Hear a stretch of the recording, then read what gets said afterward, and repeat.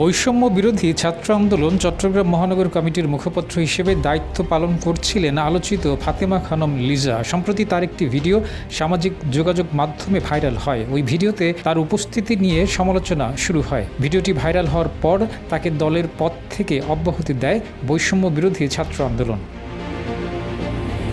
ভিডিওতে লিজার মাদক সেবন এবং অনিয়ন্ত্রিত জীবনযাপনের চিত্র উঠে আসে। সমালোচনার মুখে 17 মে শনিবার একটি আদেশে লিজার বিরুদ্ধে সিদ্ধান্ত নেয় বৈষম্য বিরোধী ছাত্র আন্দোলনের কমিটি। যমুনা ইলেকট্রনিক্স ঈদে ডাবল খুশি অফার সিজন 3, যে কোনো পণ্য কিনলেই পাচ্ছেন নিশ্চিত ঈদ উপহার। লিজার বিরুদ্ধে প্রতিক্রিয়ায় জানানো হয়, জুলাই গণ অভ্যুত্থানে শহীদদের রক্ত এবং ত্যাগের ভিত্তিতে গঠিত একটি সংগঠনের প্রতিনিধির এমন আচরণ জনমনে নেতিবাচক প্রতিক্রিয়া সৃষ্টি করেছে।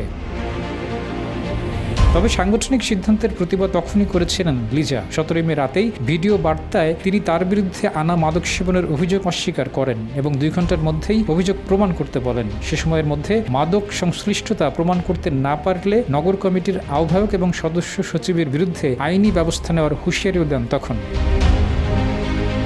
এমন পরিস্থিতিতে সংগঠনের পদ থেকে অব্যাহতির 1 সপ্তাহের মধ্যেই আবারও লিজাকে দলে ফেরানো হয়েছে। সাংগঠনিক বিবেচনায় তাকে দলে নেওয়ার পাশাপাশি সাংগঠনিক কার্যক্রম পরিচালনার অনুমতিও দেওয়া হয়েছে। শনিবার 24 মে মহানগর কমিটির আহ্বায়ক আরিফ মঈনুদ্দিন এবং সদস্য সচিব নিজামুদ্দিন স্বাক্ষরিত এক বিবৃতিতে এ তথ্য জানানো হয়। দলে ফেরানো হলেও লিজাকে একটি কারণ দর্শানোর নোটিশ দেওয়া হবে বলে জানা গেছে।